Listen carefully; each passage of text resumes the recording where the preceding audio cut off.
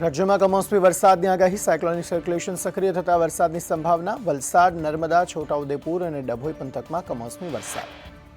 છોટાઉદેપુરમાં વહેલી સવારથી કમોસમી વરસાદ. કમોસમી વરસાદને પગલે ખેડૂતો મુશ્કેલીમાં. કપાસ, દિવેલા, મકાઈ, તુવેરના પાકમાં નુકસાનની ભીતિ. વડોદરામાં વહેલી સવારે કમોસમી વરસાદ. માવઠાને પગલે વાતાવરણ બન્યું ઠંડુગાર. માવઠાના પગલે ઊભા પાકને નુકસાનની ભીતિ.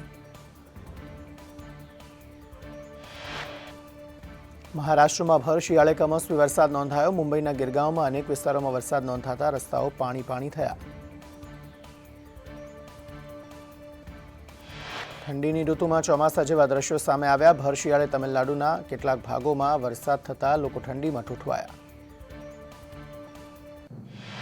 રાજ્યમાં માવઠાના કારણે ઠંડીમાં આંશિક ઘટાડો. નલિયા 10 ડિગ્રી સાથે સૌથી ઠંડુ શહેર. ભુજમાં 12 અને કંડલામાં 13 ડિગ્રી તાપમાન નોંધાયું. વાયબ્રન્ટ ગુજરાત સમિટ 2024નો પ્રારંભ. ત્રિદિવસીય સમિટનું ગાંધીનગરમાં આયોજન. પીએમ મોદી વાયબ્રન્ટ સમિટનો પ્રારંભ કરાવશે.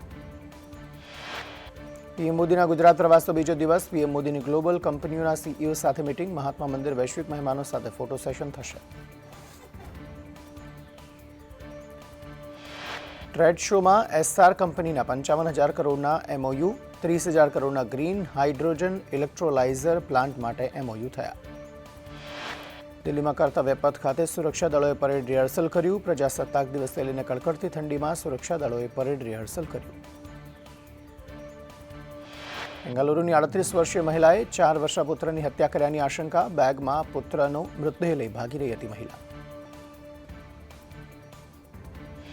રાજકોટમાં ડમ્પર ચાલકે 2 વ્યક્તિનો ભોગ લીધો. ડમ્પરની અડફેટે હીરાસર એરપોર્ટના 2 કર્મચારીના મોત. એરપોર્ટ તરફ રોડ ક્રોસ કરવા જતી વખતે લીધા અડફેટે.